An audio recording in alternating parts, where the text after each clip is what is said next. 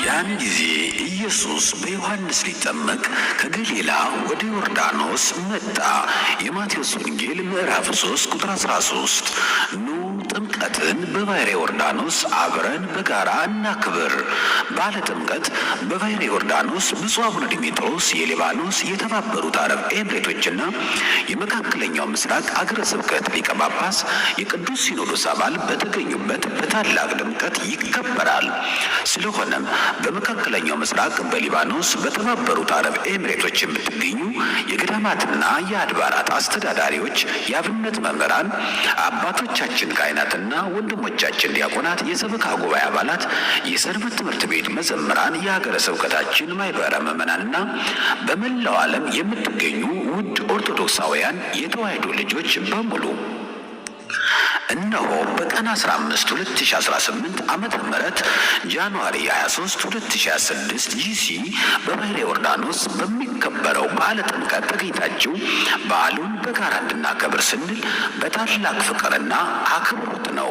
በበዓሉ ላይ ለመገኘት በየአቅራቢያችሁ ወደሚገኝ የጆርዳን ኤምባሲ አመልከታችሁ ቪዛ በማግኘት ሆቴል ቡኪንግ በማድረግ ይህንን ታሪካዊና ሃይማኖታዊ በዓል በባሕረ ዮርዳኖስ ኑ አብረን በጋራ እናክብር። በጆርዳን ቆይታችሁ የጥምቀትን በዓል ከማክበር ባሻገር የሚከተሉትን የመጽሐፍ ቅዱስ ታሪካዊ ቦታዎች መጎብኘት ትችላላችሁ። አንደኛ ናባው ተራራ ሙሴ የተቀበረበትን፣ ሁለተኛ የነሐስ እባብ ምልክት የተሰቀለበትን፣ ሶስተኛ ሙሴ አለት ላይ ውሃ ያፈለቀበትን፣ አራተኛ መጥምቁ ቅዱስ ዮሐንስ አንገቱን የተቆረጠበትን ሰማዕትነት የተቀበለበትን ቦታ ሙከዊር፣ አምስተኛ ነቢዩ ኤልያስ የተወለደበትን ቴስቢ፣ ስድስተኛ የሎጥ መካነ ጸሎትና ሚስቱ የጨው ሐውልት የሆነችበትን ሙት ባህር የሰዶምና የገሞራ ከተሞች የጠፉበትን፣ ሰባተኛ ሊቀ ሰማዕታት ቅዱስ ጊዮርጊስ ታምራት ያደረገበትን ቦታ፣ ስምንተኛ እመቤታችን ቅድስት ድንግል ማርያም በስዕለ አድኅኖ ታምራት ያደረገችበትን ቦታ፣ ዘጠነኛ ቅዱስ ያዕቆብ በእግዚአብሔር የተባረከበት ምስጢር ያየበት ቦታ። የመርሃ ግብሩ አዘጋጅ የጆርዳን ምዕራፈ ቅዱሳን ቅድስት ድንግል ማርያም ቅዱስ ዮሐንስ ቤተ ክርስቲያን።